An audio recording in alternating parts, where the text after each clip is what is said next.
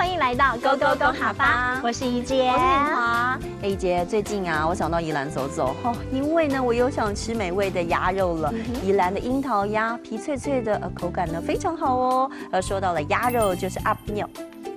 阿牛啊，就是鸭肉哦。那么其实啊，宜兰的樱桃鸭真的有许多创意吃法，它有鸭肉寿司啦，或者是用葱油饼把鸭肉包起来一块吃，每一种吃法都创新独特。刚刚提到的葱油饼就是葱油饼。葱油饼就是葱油饼了。然后另外我还知道一种创新吃法哦，那就是鸭肉丝呢跟苹果丁包在一起吃，这口感呢也是独一无二哦。而说到了苹果，就是令狗。令狗就是苹果哦。那么今天要教给大家一整句话呢，就是鸭肉有许多创意吃法。这句话应该要说的是阿牛有一道新式嘅食法，阿牛有一道新式嘅食法。今天 Go Go Go 好吧，带你一块来品尝这种创意吃法的鸭肉。香怡，你看这阿牛看起来好好吃哦，真的。贵宾您好，这是我们宜兰有名的樱桃鸭。首先为您介绍第一吃樱桃爱大米。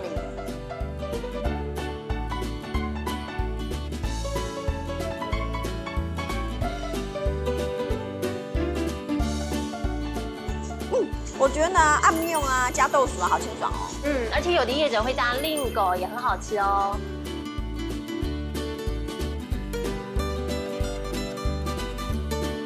我看到这个润饼啊，我就想到我待会一定要吃宜兰有名的葱油饼。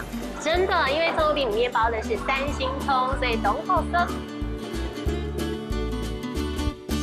我真的觉得宜兰的樱桃鸭啊，真的是名不虚传。对呀，美味传千里，很多观光客去朝圣呢。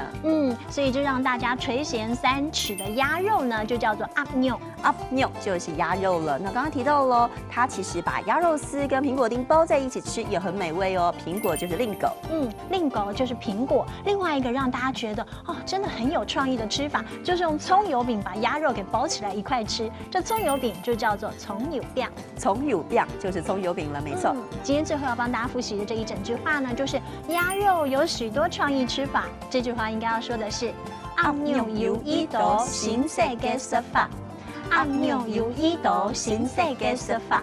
今天 Go Go 公好发带您一块来品尝美味无比的鸭肉，我们下次见，拜拜。